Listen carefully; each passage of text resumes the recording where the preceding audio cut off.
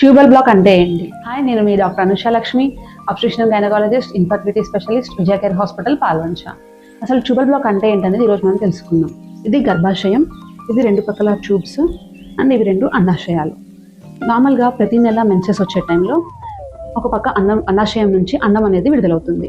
ఈ అండం అనేది ఈ ట్యూబ్ ద్వారా ఇలా వచ్చి గర్భాశయంలోకి వస్తుంది. కలిసినప్పుడు వీర్య కణాలు అనేవి ఆశయం నుంచి ఇలా ట్యూబ్ ద్వారా వెళ్తాయి. నుంచి విడుదలైన అండము, ఇటు నుంచి వచ్చిన వీర్య కణాలు ఈ ప్లేస్ లో కలిసి పిండం అనేది తయారవుతుంది. అలా తయారైన పిండము ఇలా చేరి గర్భాశయంలోకి చేరి గర్భాశయంలో అతుక్కుంటుంది. దాన్ని ప్రెగ్నెన్సీ రావటం అనేది అంటాం మనం. ట్యూబల్ బ్లాక్ కనుక ఉంటే, అంటే ఇలా ట్యూబల్ బ్లాక్ కనుక ఉంటే ఇటు నుంచి విడుదలైన అండము ఇలా వచ్చి ఇక్కడతో ఆగిపోతుంది అండ్ వీర్యకణాలు అనేవి ఇంతవరకు వచ్చి ఆగిపోతాయి. సో రెండు అండము వీర్యకణాలు అనేది కలవటం అనేది జరగదు. అందువల్ల ప్రెగ్నెన్సీ అనేది అందదు. ట్యూబల్ బ్లాక్ అనేది ఇలా ప్రాక్సిమల్ ప్లేస్లో కానీ, మిడ్ ప్లేస్లో కానీ, డిజిటల్ ప్లేస్లో కానీ ఎక్కడైనా ఉండొచ్చు. ఈ ట్యూబల్ బ్లాక్ని ఎలా కనుక్కోవచ్చు?